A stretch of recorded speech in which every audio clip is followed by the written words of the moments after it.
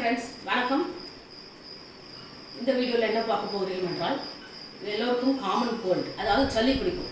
இந்த common cold வந்தால் நம்ம சும்மா இருக்கக்கூடாது. ஏன்னா அந்த காமன் கோல்டு அதிகமாக என்ன ஆகும், இந்த மூக்கடைப்பு, இந்த தும்பல், அப்புறம் காதில் கேட்காம இருக்கும், அதுக்கப்புறம் கண்ணில் தண்ணி வடியும். ஸோ இதெல்லாம் மூக்கில் ஒழுகிட்டே இருக்கும். ஸோ இதை மாதிரிலாம் வரும்போது நம்ம அஜாக்கிரதையாக இருக்கக்கூடாது.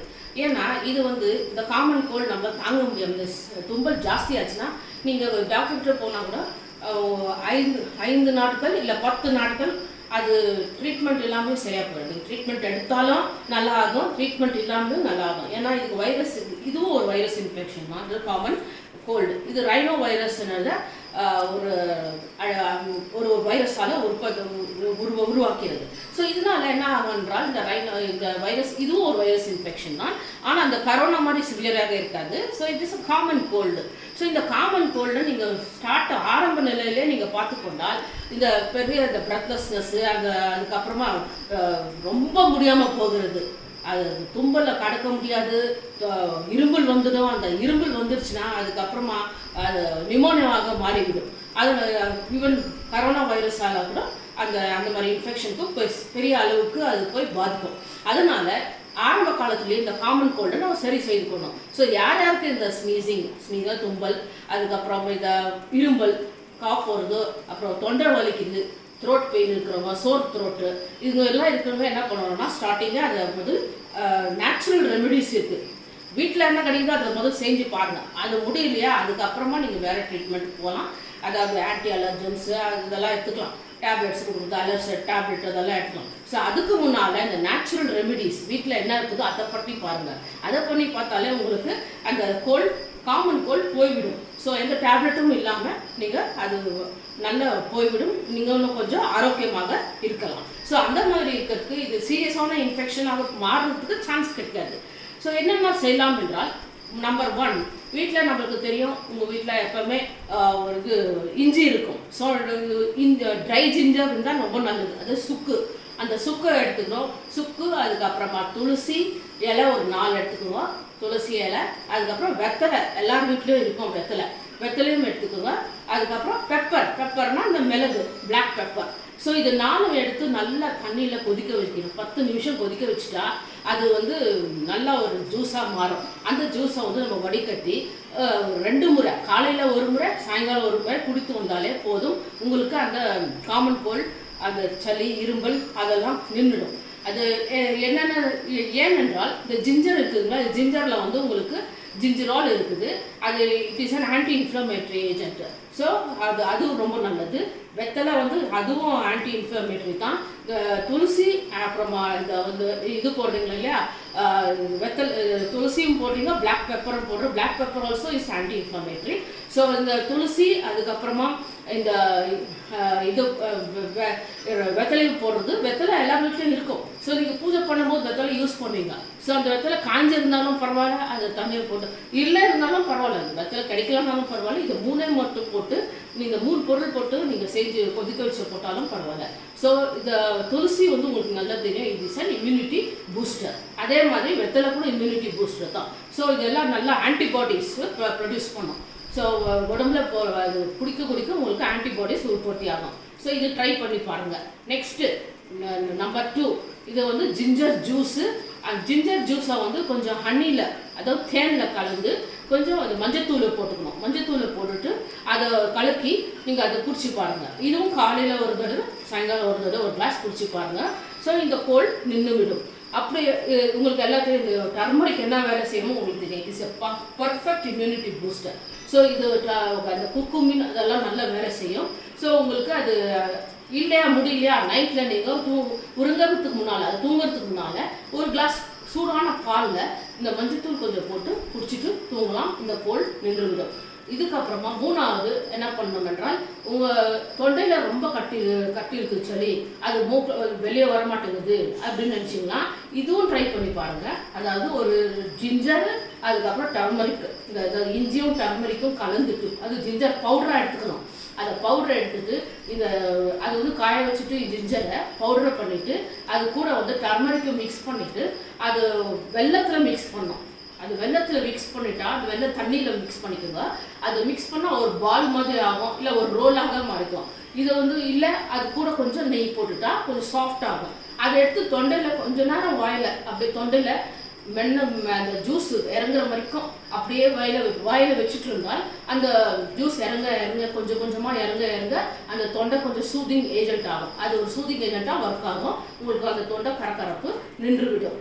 இல்லை அது அப்புறமா நீங்கள் அதை கடிச்சு சாப்பிட்டுக்கலாம். ஸோ இதை மாதிரி செய்து பார்க்கலாம். இது 3 ஆகலையா, நெக்ஸ்ட் வந்து நீங்கள் வந்து வாயை கொப்பளிக்கணும். சுடு தண்ணியில் கொப்பளிக்கணும். அது சுடு தண்ணியில் கொஞ்சம் உப்பு போட்டு கொஞ்சம் மஞ்சத்தூள் போட்டு அப்பப்போ ஒரு 1/2 அன் ஹவருக்கு ஒரு வாட்டி இல்லை 1 ஹவருக்கு ஒரு வாட்டி நீங்கள் இந்த மாதிரி ஒரு முறை இந்த மாதிரி வாயை வந்து கொஞ்சம் கொப்பளிச்சுட்டே இருக்கணும் இந்த தண்ணியில், இந்த சுடு தண்ணியில். அப்போ தான் அந்த மியூக்கஸ் எல்லாம் வெளியே அந்த வாயில் எக்ஸ்ட்ரா அந்த சலைவால் சேர்ந்து இருக்கிற மியூக்கஸ் எல்லாம் வெளியே வரும். உங்களுக்கு அந்த ட்ரை காஃபு அதெல்லாம் வராது.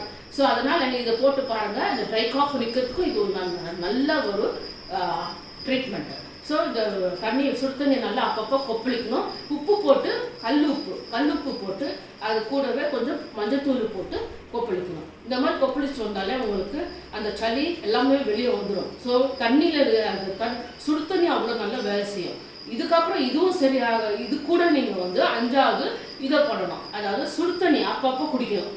சுடு தண்ணி ரொம்ப நல்லது. ஏன்னா வயிற்றுல இருக்கிற அந்த மூக்கில் இருக்கிற தொண்டையில் இருக்கிற டாக்ஸின்ஸ் எல்லாம் வெளியே வரணும்னா சுடு தண்ணி தான் ரொம்ப நல்லது. ஸோ சுடு தண்ணி 1 ஹவருக்கு ஒரு வாட்டி குடிச்சிட்டே இருக்கணும். அதுக்கு நல்லா ஹைட்ரேஷன் கூட பண்ணும் உங்களுக்கு. ஏன்னா ட்ரை மவுத் இருக்கும், ட்ரையாக இருக்கும், த்ரோட்டெல்லாம் ரொம்ப ட்ரையாக இருக்கும். அதனால உங்களுக்கு ட்ரை காஃப் கூட வரும். அதனால இந்த சுடு தண்ணி குடிச்சு பாருங்க.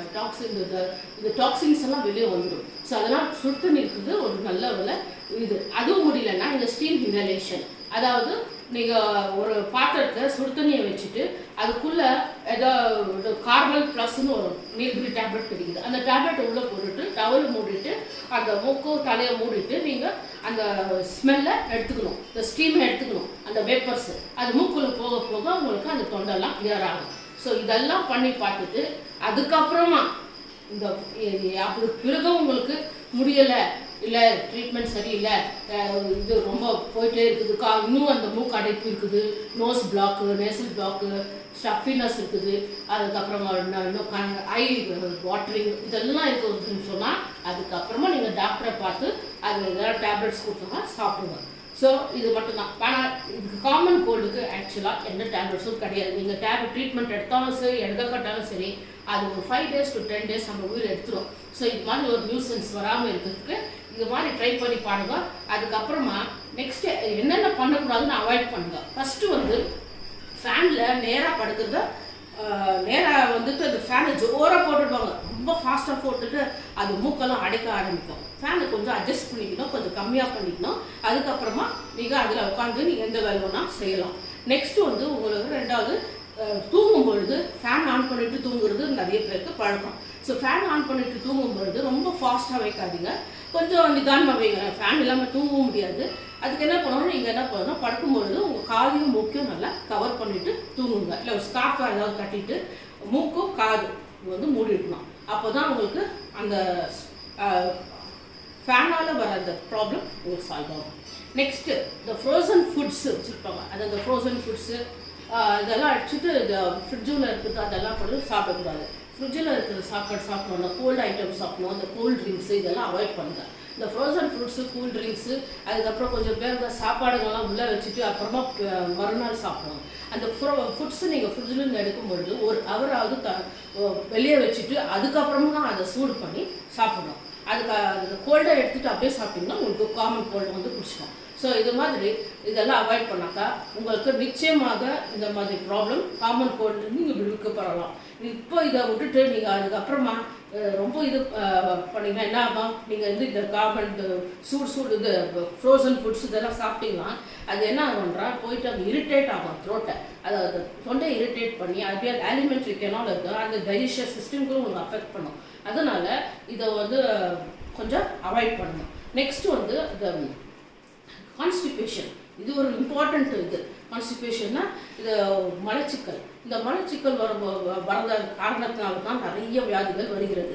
அதனால் இது common cold also one of the reasons. So மலச்சிக்கல் இருந்தால் கூட இந்த மாதிரி வரும். அதனால நிறைய வெஜிடபிள்ஸு, ஃப்ரூட்ஸு, சாலட்ஸு இந்த மாதிரி சாப்பிட்டு வந்தால் உங்களுக்கு அந்த கான்ஸ்டிபேஷன் ப்ராப்ளம் வராது. ஸோ பப்பாயா நிறைய சாப்பிடுங்க, வாழைப்பழம் நிறைய சாப்பிடுங்க, சிக்கு சாப்பிடுங்க, அதாவது சப்போட்டா இது மாதிரி பழங்கள்லாம் சாப்பிட்டீங்கன்னா உங்களுக்கு மலச்சிக்கல் வராது. அது வராமல் பார்த்துக்கிறது நல்லது. அப்புறம் உங்களுக்கு கட்டு ஹெல்த்துக்கும் ரொம்ப ரொம்ப நல்லது. அது டைஜஷனும் நல்லா ஆச்சுனாக்கா உங்களுக்கு அந்த கோல்டெல்லாம் அந்த மாதிரி ப்ராப்ளம் வராது.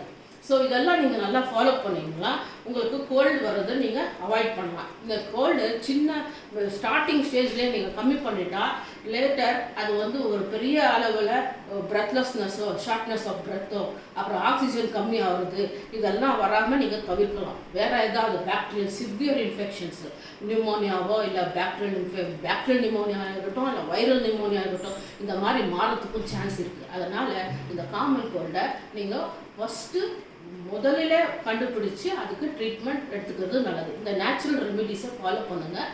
இதை பண்ணாலே போதும், உங்களுக்கு இந்த காமன் கோல்டு நீங்கள் விடுபடலாம். நன்றி, வணக்கம்.